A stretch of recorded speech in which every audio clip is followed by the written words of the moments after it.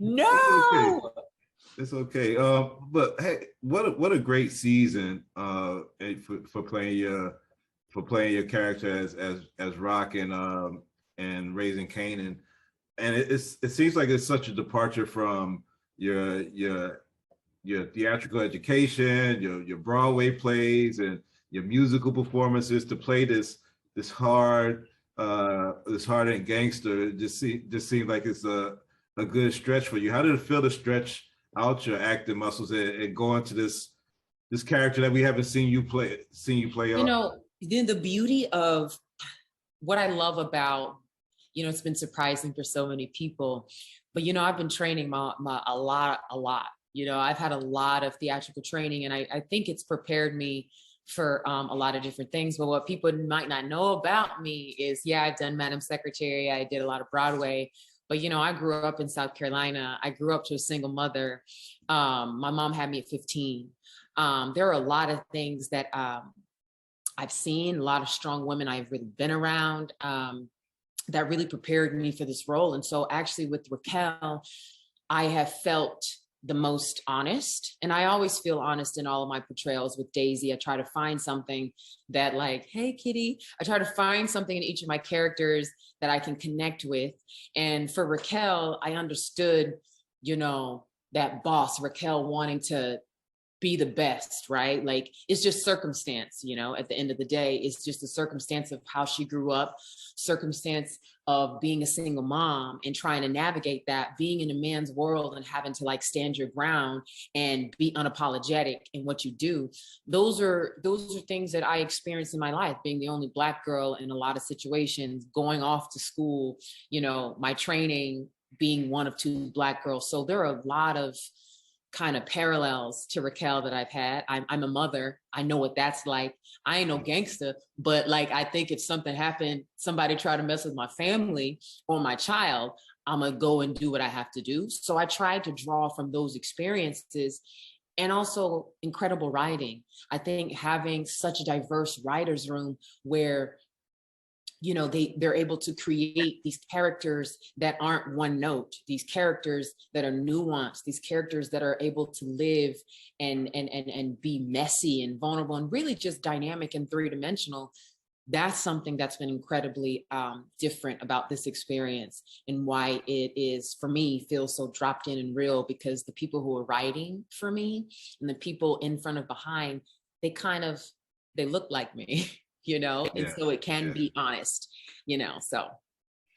And everybody, for the past decade and more, they've been talking about Shonda Rhimes and Shondaland and all of the great things that she's done as a showrunner, as a writer. But now, Courtney Kemp has created like almost this Marvel universe with this Power series. Like, how inspiring is that to other female creatives, other Black women creatives, to see how successful these two stars in our generation have been able to shine with their work?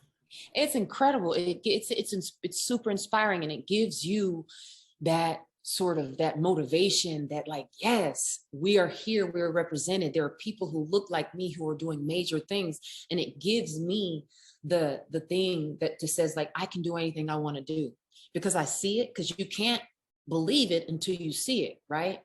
And so having these 2 powerful women creating these jobs and creating these characters and being at the top of their field, that's some motivating crap right there. You know what I mean? Like, I don't want to curse, but like, that means a lot. And for a woman, a Black woman, to see that, it's incredible. I have admired Courtney, I've admired Shonda. There's so many of them out there. Lena Waithe, Misha Green. Like, there are a lot of really strong Black voices that just haven't had the opportunity, but by seeing how visible these 2 women are, it gives them that motivation and that drive and that perseverance to keep going at it.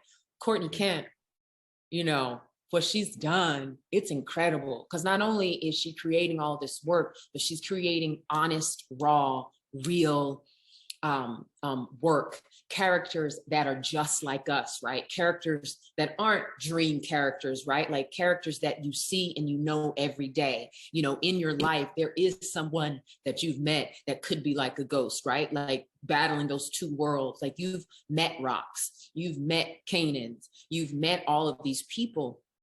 And I think that's why this universe is popping off the way it is, because now there's so many people who get to see themselves reflected, you know, and not a judgmental way, but just a way where you understand them in Right. such a great way. So I'm all about them. I know that Raising Kanan is a period piece, but the fashion, I mean, it must be fun to play in all these wardrobes that you have. Do you did you get to take any of this home? I know it's supposedly dated, but this stuff will be, you know, hot any day of the week. I You got know, some door knockers in the room over there. I mean, I couldn't take Rocks because, you know, I still need them, but I did get me a pair. There's a lot of things. I'm getting a lot of inspiration from a lot of Rocks outfits. You know, I want a cat suit now. I just do. I think a good cat suit will always be in style. And I get to like do that. You know what I mean? Like Rocks fashion is making me rethink a lot of the things that I wear in my normal life. And it's so cool. It's so cool to be a part of a show where they just really get it right, you know? And again, you know, our costumers are Black, you know, like they get it. And like I mean, the whole thing is just so dropped in and real, and because they understand it. So I love the costumes. what started this dream for you? I mean, you've obviously been well trained, has a lot of experience on a stage, the Carnegie Mellon, but where did it start? And was there a particular actor or project that you seen that made you say like, hey, I wanna do this? Well, I grew up in a small town in South Carolina, Page, South Carolina. I grew up, my grandmother was a minister who also was a singer. So I grew up around music a lot. I'm also a singer as well. My mom was a singer. So performing and stuff like that, I started doing very early. My town didn't really have arts, theater and stuff like that. And it being on TV seemed super far-fetched back there in the day. But, you know, just the ability to go to a little summer arts program where I could find out what a musical was, where I could play with instruments in a way that I never had before. I could sing, and I started acting at this little program when I was super young. It gave me the passion to want to do it. And so seeing Dreamgirls, you know, like with Jennifer Holliday, and seeing like little clips of Dreamgirls, and seeing Whoopi Goldberg and The Color Purple, and Sister Act was one of my favorite movies that my brother, my sister, and I got to watch when it was our time to go to our dad's place when we were young. We just wore Sister Act out. And so to see Whoopi doing this thing, it further fueled that passion inside of me. And so I started to become really, I fell in love with the idea of like, you know what, I want to be an entertainer. It's what I want to do with my life. I would love to do that. And then things happened. My mom found a performing arts boarding school that were admitting people for free to go to school. I had to audition. I remember going to the library, reading these plays that I had never read before, but I wanted it. Rehearsing, and then going in front of people at 15 to audition to change my life, and getting in, studying acting in a way that like being able to train when you're young is super useful. So I got to train at a college level in school at 15, 16, and really hone my craft. So I've been honing my craft. And it's there that it's just like, you know what, Whoopi showed me I can do it. Like seeing these divas on Broadway, you know what I mean, doing their thing, I can do it. And that's how it happened. So it must have been like surreal from wearing out the tape or the DVD for Sister Act to then play it, to be on stage and do. Yeah, it's the out of body experience, being able to audition or sing for Whoopi Goldberg at like 21, you know, just like singing a song for her. And then cut to a few years later, she's playing the Mother Superior opposite me in London. That shit changes you. And it that little girl inside of me, came out, and it's just like, you know what, dreams come true, man. Like really, if you work hard and if you prepare for this, if you really want it, like you really can make your dreams a reality. Yeah. And I so know, cool. I know, like you've been doing all these great plays, but your your your small town, if they're not in the theater, they might not get to see it. They might read about it.